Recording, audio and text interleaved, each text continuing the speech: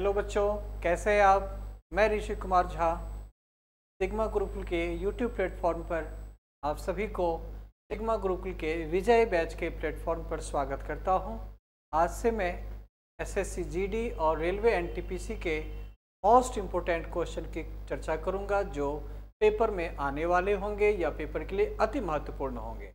आशा है कि आप सभी हमारे इस प्लेटफॉर्म में, हमारे इस क्लासेज में महत्वपूर्ण योगदान देंगे। तो आज शुरू करते हैं पहले क्वेश्चन से। पहला क्वेश्चन है, who looks after the development, maintenance and management of inland waterways in India. Bharat में अंतर्देशीय जलमार्गों के विकास, रखरखाव और प्रबंधन की देखभाल कौन करता है? पहला option steel authority of India, दूसरा ऑप्शन है inland waterways authority of India, तीसरा ऑप्शन है national highway authority of India और चौथा ऑप्शन है एयरपोर्ट अथॉरिटी ऑफ इंडिया। जो पहला ऑप्शन है ये option steel authority of India, जिसे 1773 में स्थापित किया गया था और भारत में जितने भी सार्वजनिक क्षेत्र के लौह इस्पात कारखाने हैं उसमें इनके साथ रखा गया था। जो दूसरा है inland waterways authority of India, ये वो संस्था है जो कि जलमार्ग प्राधिकरण को कंट्रोल करता है। और तीसरा है NHAI, जिसकी स्थापना 1988 में हुई। और चौथा ऑप्शन है एयरपोर्ट अथॉरिटी ऑफ इंडिया। आप इन चारों ऑप्शन में सीधे तौर पर अगर चिंतन करें तो सीधे तौर पर कहेंगे कि ये आंसर होगा। ये रोडवेज को देखता है, ये वायुयान प्राधिकरण को देखता होगा और ये लौह इस्पात कारखाने को लेकर है। तो इसका आंसर होगा inland waterways authority of India. ठीक है, तो आंसर ऑप्शन बी यानी कि inland waterways authority of India है। चलते हैं दूसरे क्वेश्चन की ओर। दूसरा क्वेश्चन है, personal disposable income is money that is available for house hold consumption dash and spending after accounting for income tax. व्यक्तिगत प्रयोज्य आय वह धन है जो घरेलू उपभोग, टैक्स और आयकर के लेखांकन के बाद खर्च के लिए उपलब्ध है। पहला ऑप्शन है गुड्स एंड सर्विस टैक्स, दूसरा ऑप्शन है सेल्स टैक्स, तीसरा ऑप्शन है इंटरेस्ट और चौथा ऑप्शन है सेविंग्स। तो इसका आंसर होगा सेविंग्स। ठीक है, क्वेश्चन नंबर 3। तीसरे क्वेश्चन में, भारत के संविधान का निम्नलिखित में से कौन सा अनुच्छेद कुछ मामलों में गिरफ्तारी और हिरासत के खिलाफ सुरक्षा प्रदान करता है? Which of the following articles of the Constitution of India provide for the protection against arrest and detention in certain cases? तो आर्टिकल 10, आर्टिकल 47, आर्टिकल 35, आर्टिकल 32। ये ऑप्शन अपने आप में ही कट गया क्योंकि ये फंडामेंटल ड्यूटीज़ में आता है, जबकि अधिकार वाली बात हो गई तो ये ऑप्शन अपने आप में कट गया, ये सिटीजनशिप के ऑप्शन में आता है। ये आर्टिकल 35 और आर्टिकल 32 इन दो ऑप्शन में विचार करने वाली बात है कि इसका आंसर क्या होगा। तो आर्टिकल 32 कहता है कि कुछ मामलों में वो गिरफ्तारी और हिरासत के खिलाफ सुरक्षा प्रदान करती है। क्वेश्चन नंबर 3 में चौथे में आ जाएं। चौथा क्वेश्चन है, disadvantages of the industrial development is, औद्योगिक विकास का नुकसान। अगर किसी सभ्यता में इंडस्ट्री का डेवलपमेंट हो जाए तो इसका नुकसान किस चीज़ पे होगा? पहला है सतत विकास, ये नुकसान है क्या? नहीं, ये नुकसान नहीं है।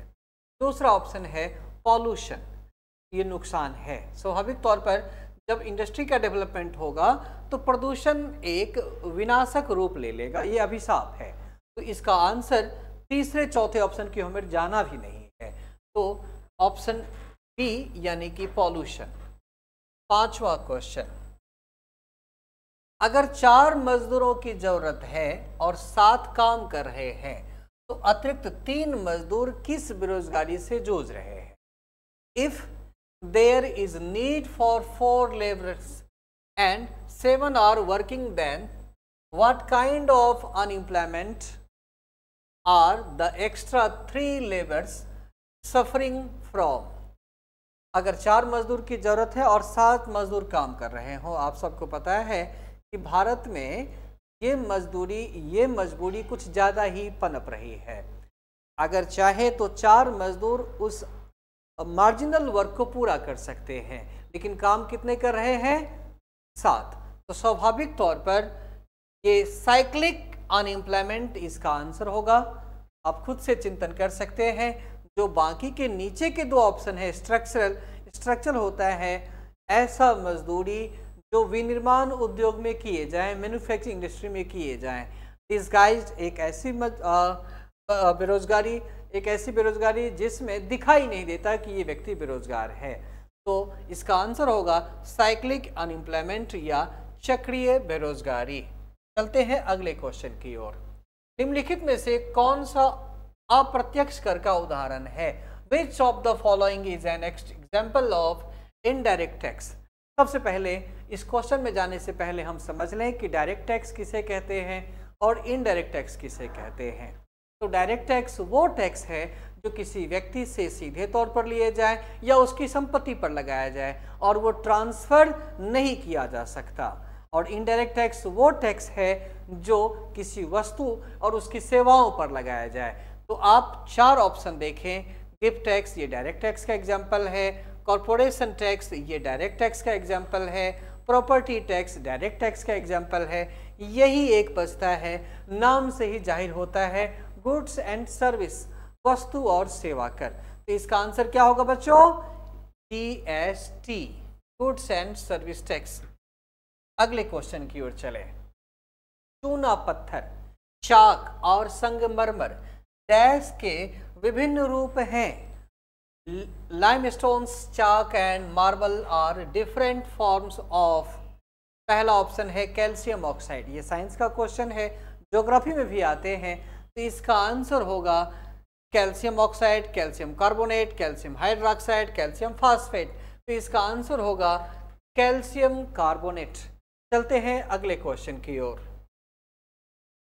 अगला क्वेश्चन है राजस्थान की विवाहित महिलाओं द्वारा मनाए जाने वाला गणगौर का वार्षिक त्योहार हिंदू महीने में मनाया जाता है। Option A Phalgun, Ashwini, Kartik and Chaitra. ध्यान में रहे ये चैत्र के महीने में मनाया जाता है और चैत्र का महीना मिड मार्च एंड मिड अप्रैल का होता है, आधा मार्च और आधा अप्रैल। अगले क्वेश्चन में चलते हैं। 2020 ग्रीष्मकालीन पैरालंपिक में किस देश ने सर्वाधिक स्वर्ण पदक जीता? Which country one the maximum gold medal in the 2020 summer Paralympic? ध्यान में रहे 2024 का भी ओलंपिक खत्म हो चुका है और दोनों में आंसर नहीं बदला है, आंसर चाइना होगा। ध्यान में रहे कभी भी स्वर्ण पदक की जो रैंकिंग जारी होती है तो लगातार पिछले 15-20 सालों में फर्स्ट एंड सेकंड पोजीशन की बात करें तो चाइना और यूएसए ही रही है। अगले क्वेश्चन की ओर चलें। अर्थशास्त्र किसके द्वारा लिखा गया? पहला ऑप्शन है कौटिल्य, दूसरा ऑप्शन है विशाखदत्त, तीसरा ऑप्शन है मेगास्थनीज और चौथा ऑप्शन है वासुदेव। तो मैं बारी बारी से प्रत्येक ऑप्शन को ही देख लूं। जो कौटिल्य है तो कौटिल्य एक ऐसे व्यक्ति जिन्होंने अर्थशास्त्र नाम की पुस्तक की रचना की। विशाखदत्त एक ऐसे व्यक्ति जिन्होंने मुद्रा राक्षस पुस्तक की रचना की। और मेगास्थनीज के बारे में जानते होंगे कि मेगास्थनीज ने इंडिका नाम की पुस्तक लिखी जो चंद्रगुप्त मौर्य के समय में यूनान से आए थे। तो इसका आंसर होगा कौटिल्य। चलते हैं अगले क्वेश्चन की ओर। अरलामेल वल्ली निम्नलिखित में से किस शास्त्रीय नृत्य शैली के प्रतिपादक हैं? Aralameli Valli is an exponent of which of the following classical dance forms? तो पहले ये जान लें कि ये चारों डांस भारत के किन किन राज्यों का लोक नृत्य है। ध्यान में रहे भारत में क्लासिकल डांस की संख्या 8 है, जिनमें से भरतनाट्यम तमिलनाडु में है, कथक किस राज्य में है? तो कथक ये उत्तर भारत में है, और कथकली ये एक ऐसा लोक नृत्य है जो केरला साइड में किए जाते हैं, और ओडिसी ओडिशा में है। तो ध्यान में रहे कि अरलामेलोवल्ली जो हैं ये भरतनाट्यम के प्रतिपादक रहे हैं। तो इसका आंसर होगा ऑप्शन ए, यानी कि पहला ऑप्शन भरतनाट्यम ही सही है। अगले क्वेश्चन की ओर चलें। किस खेल में मैदान अक्सर अंडाकार होता है और बीच में एक आयताकार क्षेत्र होता है जो 22 गज गुना 10 फीट चौड़ा होता है? In which sport is the field often oval with a rectangular area in the middle that in 22 yards, और मीटर में कहूँ तो 20.12 मीटर बाय 10 फीट्स। तो कहने का मतलब स्वाभाविक तौर पर ये जो 22 यार्ड्स है यही मेरा काम आसान कर देता है। इसका आंसर होगा क्रिकेट। क्रिकेट के गेम में उसका मैदान अंडाकार होता है। The dash is the sole link of communication between the cabinet and the governor. Dash cabinet और राज्यपाल के बीच संचार की एकमात्र कड़ी है। पहला एडवोकेट जनरल, आप सबको पता है कि एडवोकेट जनरल राज्य में भी होते हैं, और यही पोस्ट भारत सरकार के अंतर्गत सॉलिसिटर जनरल होते हैं। दूसरा ऑप्शन है चीफ मिनिस्टर, मुख्यमंत्री। तीसरा ऑप्शन है चीफ इलेक्शन कमिश्नर, और चौथा ऑप्शन है chairman of state public service commission. तो ध्यान में रहे कि कैबिनेट और राज्यपाल इन दोनों के बीच एक चेन का काम करता है। एक संचार की एकमात्र भूमिका है, वो है सीएम, क्योंकि मुख्यमंत्री राज्य कैबिनेट का प्रधान होता है, इसी वजह से उसका नाम मुख्यमंत्री है। तो इसका आंसर होगा चीफ मिनिस्टर, और बाकी के ऑप्शन से इस क्वेश्चन का कोई संबंध नहीं है। अगला क्वेश्चन है, सीवी चंद्रशेखर को इस क्षेत्र में उनके योगदान के लिए पद्म भूषण से सम्मानित किया गया था। तो सीवी चंद्रशेखर भरतनाट्यम के एक अच्छे कलाकार रहे हैं, तो इसका आंसर होगा भरतनाट्यम। तो ध्यान में रहे ये चारों लोक नृत्य भारत के किस किस राज्य के लोक नृत्य हैं? तो कुचिपुड़ी आंध्र प्रदेश एंड तेलंगाना। कथक ये उत्तर भारत का लोक नृत्य है, खास करके उत्तर प्रदेश और राजस्थान।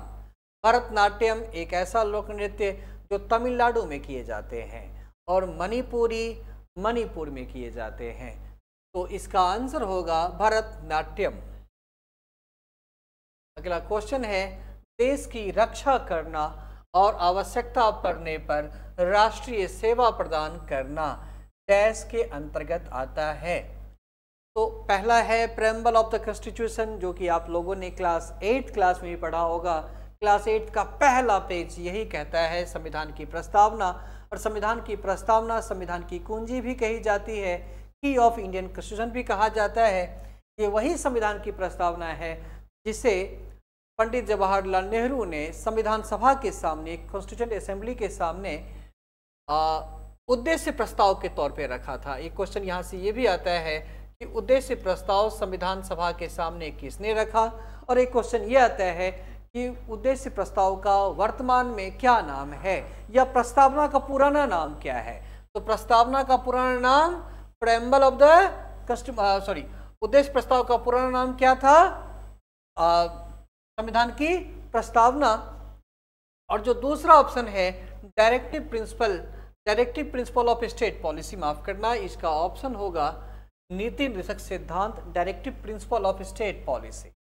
तो ये आर्टिकल 36 टू 51 के बीच आता है और संविधान के भाग 4 में आता है। और जो तीसरा ऑप्शन है फंडामेंटल ड्यूटीज, मौलिक कर्तव्य, जो कि संविधान में संशोधन करके रखा गया था, 51A में आता है और भाग 4A में आता है, पार्ट्स 4A। तो भाग 4A में आता है, और यही वो फंडामेंटल ड्यूटीज है जो कि हमें आवश्यकता पड़ने पर देश की रक्षा और राष्ट्रीय सेवा प्रदान करने का अवयव माना गया है। तो 15 नंबर क्वेश्चन का आंसर क्या होगा? Fundamental duties. और जो फंडामेंटल राइट्स है उसके लिए अनुच्छेद 32 से अनुच्छेद 12 से लेकर 35 तक है, और यही वो मौलिक अधिकार है, फंडामेंटल राइट्स हैं, जो कि 7 थे, अब ये घटकर 6 हो गई है। तो कितने फंडामेंटल राइट्स हैं हमारे? 6 फंडामेंटल राइट्स हैं। अब अगले क्वेश्चन की ओर चलते हैं। क्वेश्चन नंबर 16, हर्षवर्धन और पुलकेशिन द्वितीय के बीच युद्ध किस नदी के तट पर हुआ था? तो हर्षवर्धन और पुलकेशिन सेकंड के बीच on the banks of which river was the war between Harshavardhana and Pulakeshin in second fought? तो इसका आंसर होगा नर्मदा नदी। ध्यान में रहे, ये वही हर्षवर्धन है जिनका कार्यकाल 606 से लेकर 647 रही। ये वही हर्षवर्धन है जिनके दरबारी कवि का नाम वान भट्ट था। तो इस तरह इसका आंसर होगा नर्मदा नदी के किनारे। अगला क्वेश्चन है, शॉट पुट में जो शॉट धातु की गेंद होती है उसका वजन पुरुषों और महिलाओं के लिए कितने किलोग्राम होता है? In shot put the shot which a metal ball weighs how many KG for man and woman? कितना नज़दीकी आंकड़ा दे रखा है। मैन 7.5 kg के लिए, वुमन 4.5 kg के लिए, मैन 7.3 kg के लिए, वुमन 4.5 kg के लिए। तीसरा ऑप्शन है मैन 7 kg के लिए, वुमन 4 kg के लिए। कितना नज़दीकी आंकड़ा दे रखा है। ऑप्शन सी और डी तो और कंफ्यूजन दे रहा है। तो इसका आंसर ध्यान में रहे, पुरुषों के लिए 7.26 kg और महिलाओं के लिए 4 kg है। पौधों में स्वतंत्र रूप से संगठित संवाहक नालियों के रूप में कितने पथ निर्मित होते हैं? How many pathways are constructed as independently organized conducting tubes in plants? तो इसका आंसर है 2 तरीके से। आंसर क्या होगा? 2। अगला क्वेश्चन है, यूपीएससी सदस्यों का कार्यकाल। तो यूपीएससी के मेंबर का कार्यकाल, वैसे ध्यान में रहे, राष्ट्रपति जिन जिन लोगों को नियुक्त करता है उसमें 1-2 को छोड़ दे तो बाकी सभी अधिकारियों का कार्यकाल 65 साल या 6 साल होता है। और इसका आंसर होगा 6 years ऑफ एज ऑफ 65, या तो 6 साल पहले हो जाए या 65 साल पहले हो जाए। यानी कि कोई 55 साल में नियुक्त किया गया तो वो 61 साल तक ही काम करेंगे, 55 to 61 तक काम करेंगे। और अगर 62 में कोई नियुक्त हुआ है तो 65 का इंतज़ार करेंगे, यानी कि 62 से 65 तक काम करेंगे। अगर कोई किसी की नियुक्ति 62 साल में हुई है तो 65 साल तक ही काम करेंगे, वो 6 साल काम नहीं कर सकते। और कोई 55 साल में नियुक्त हुए हैं तो 61 में काम करेंगे, यानी कि 6 साल से ज़्यादा कार्यकाल हो नहीं सकता और व्यक्ति की उम्र 65 साल से ज़्यादा नहीं होनी चाहिए। तो इसका आंसर होगा 6 years ऑफ एज ऑफ 65 विच बड़ी अर्लियर, 6 वर्ष या 65 वर्ष की आयु जो भी पहले हो। अगला क्वेश्चन है, मिशन इंद्रधनुष का अंतिम लक्ष्य। तो ध्यान में रहे, मिशन इंद्रधनुष 2 वर्ष के बच्चों तक के लिए 7 टीके के लिए दिया गया, यानी कि पोलियो या अन्य जो भी बीमारियां होती हैं, इन सब बीमारियों से रोकने के लिए मिशन इंद्रधनुष का लक्ष्य है भारत सरकार के द्वारा भारत के तमाम बच्चों को 2 वर्ष के अंदर अंदर जो भी आवश्यक टीके हैं वो लगाए जाएं। तो इसका आंसर होगा 2 वर्ष। और आज के सेशन का सबसे अंतिम क्वेश्चन,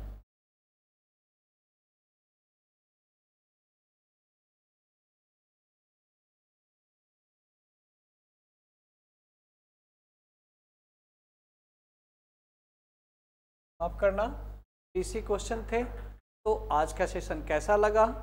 आज के सेशन में हमने उन सभी क्वेश्चन की चर्चा किया है जो रेलवे और एसएससी ने आज तक महत्वपूर्ण क्वेश्चन की श्रृंखला जारी, महत्वपूर्ण क्वेश्चन पूछे हैं और आज की सीरीज में, आज की श्रृंखला में मैंने मेन क्वेश्चन की चर्चा किया है। आशा है आज की सेशन में आप लोगों ने पूरा लाभ उठाया होगा।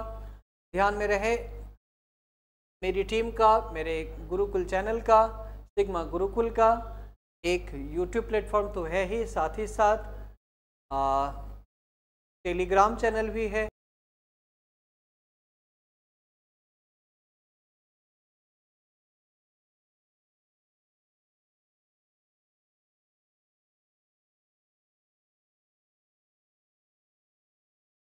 हमारी इस क्लासेस की वीडियो और क्वेश्चन के बारे में सटीक जानकारियाँ आप सिग्मा गुरुकुल चैनल में भी ले सकते हैं, टेलीग्राम से भी ले सकते हैं और डिस्क्रिप्शन में लिंक है, इसे आप शेयर भी करें और इससे आप लाभ भी उठाएं। तो आज के लिए इतना ही। नमस्कार।